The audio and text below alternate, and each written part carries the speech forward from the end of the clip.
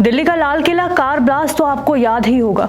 आपको ये जानकर हैरानी होगी कि अल कायदा से जुड़े आतंकियों ने ये ब्लास्ट करने के लिए चैट जीपीटी और यूट्यूब जैसे डिजिटल प्लेटफॉर्म्स का इस्तेमाल किया था।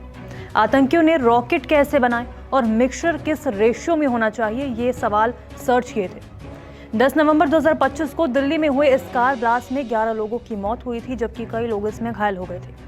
धमाके के बाद पूरे इलाके में अफरा तफरी मच गई थी। शुरुआत में इसे सिर्फ एक आतंकी हमला माना जा रहा था, लेकिन अब एनआईए की 7,500 पन्नों की चार्जशीट में जो बातें सामने आई हैं, उन्होंने इस केस को और भी ज्यादा गंभीर बना दिया है। जांच एजेंसियों के मुताबिक इस साजिश के पीछे अल कायदा से जुड़े मॉड्यूल का हाथ था। चार्जशीट में पुलवामा निवासी डॉक्टर उमर उन नबी को मुख्य आरोपी बताया गया है। वो पहले हरियाणा के फरीदाबाद स्थित अल फलाह यूनिवर्सिटी में असिस्टेंट प्रोफेसर रह चुका था। जांच में दावा किया गया है कि उसने आतंकियों को तकनीकी जानकारी देने और विस्फोटक तैयार करने में मदद की थी। ब्लास्ट वाले दिन वो खुद भी उसी कार में मौजूद था और उसकी मौत हो गई थी। जसर बिलाल वानी नाम का एक आतंकी इस पूरे मॉड्यूल का तकनीकी विशेषज्ञ था।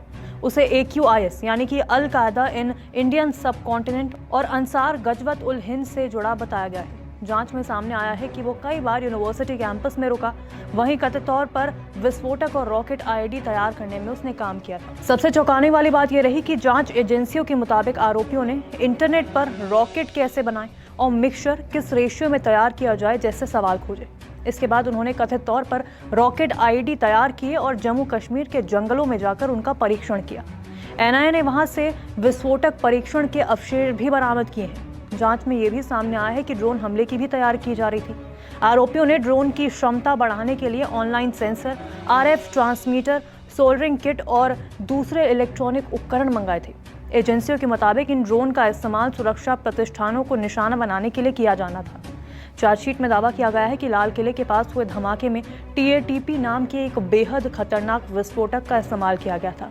ये विस्फोटक बहुत ज़्यादा घातक माना जाता है और इसे तैयार करने के लिए कई प्रयोग किए जाते हैं। जांच में एक और बड़ी बात सामने आई है कि इस पूरे नेटवर्क में पढ़े लिखे और प्रोफेशनल लोग शामिल थे। एनआईए ने इसे व्हाइट कॉलर आतंकी मॉड्यूल बताया है, यानी ऐसे लोग जो बाहर से सामान्य प्रोफेशनल दिखते हैं लेकिन अंदर ही अंदर कट्टरपंथी गतिविधियों से जुड़े हुए थे। इस मामले में अब अंतर्राष्ट्रीय एंगल भी सामने आ गया है।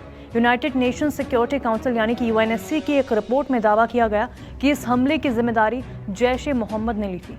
ये रिपोर्ट आतंकवादी संगठनों पर नजर रखने वाली UNSC की 1267 सैंक्शन कमेटी को सौंपी गई है। दिल्ली ब्लास्ट का यह मामला सिर्फ एक आतंकी हमले तक सीमित नहीं है, बल्कि ये दिखाता है कि अब आतंकवादी संगठन इंटरनेट और नई तकनीक का इस्तेमाल कर अपने नेटवर्क को और ज्यादा खतरनाक बनाने की कोशिश कर रहे हैं। यही वजह है कि सुरक्षा एजेंसियां अब सिर्फ जमीन पर नहीं बल्कि डिजिटल दुनिया में भी आतंक के खिलाफ लड़ाई लड़ रही है। नमस्कार, मैं हूं मानक गुप्ता। अगर आपको हमारा ये वीडियो पसंद आया हो तो इसे लाइक और शेयर जरूर करें, और हां, हमें सब्सक्राइब और फॉलो करना ना भूलें ताकि आप देश और दुनिया की कोई खबर मिस ना करें। तो जुड़े रहिए हमारे साथ और देखते रहिए News 24।